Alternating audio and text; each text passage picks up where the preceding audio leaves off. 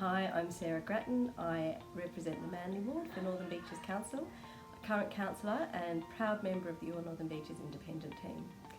I've been given some questions here to answer today, and the first one is, what are 2 strengths that you will bring to council? I think firstly comes from my professional background. I'm the Chief Operating Officer of UNICEF Australia, and I make sure that the numbers add up. And I'm part of the Audit and Risk Improvement Committee of Council, so it's been a very important role making sure that everything is being managed very appropriately. The first strength is my connection to my local community. My wife and I moved to Manly about 18 years ago. We've since moved to Balgowlah, and for the last 11 years I've been a bus driver on the Northern Beaches. And secondly, I'm very active in the community through my involvement in Manly Lifesaving Club and my work as a swim teacher in freshwater, so I think I will really represent the needs of the community well. I think there's a really big learning curve with council. When you first arrive at council, you've got to learn about planning laws and waste management and all sorts of things that you've never thought about or heard about before. Secondly, is all of the meeting processes and protocols. It was like another world walking into that meeting for the first time.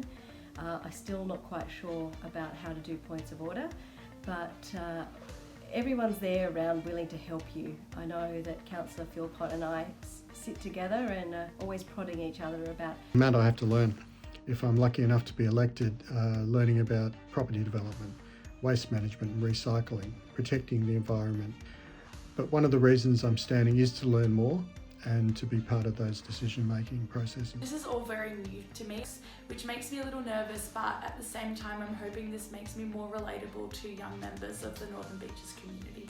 sitting in bed in the morning, reading the paper with a cup of tea and doing that in bed rather than on the bus on the way to work. Cooking and eating, which coincidentally is the same as not in lockdown.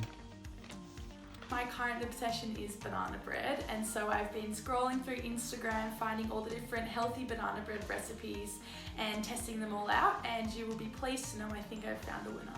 The first thing that I'm most proud of was fixing the toilet. The first motion that I put to council back in 2017 was to fix those toilets and upgrades and also the cleanliness. And since 2018, we have upgraded or built new toilets, 14 new toilets in Manly Ward.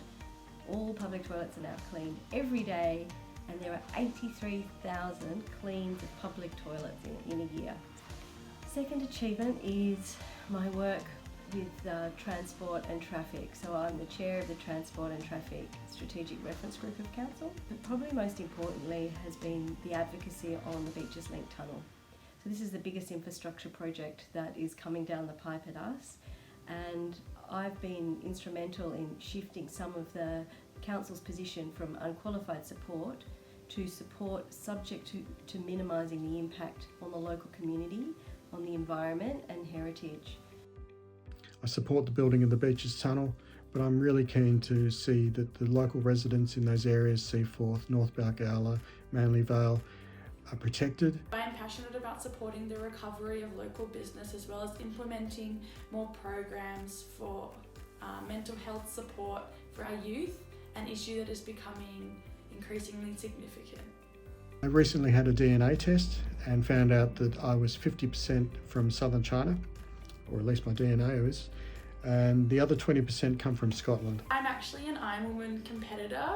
I race for Manly Lifesaving Club, and that means that I travel around various beaches around Australia competing. I am really proud of placing first in the state in Aboriginal Studies in the 2019 HSC as a Year 11 student, and I was so lucky to have the opportunity to chat with community members about their stories through my projects for Aboriginal Studies.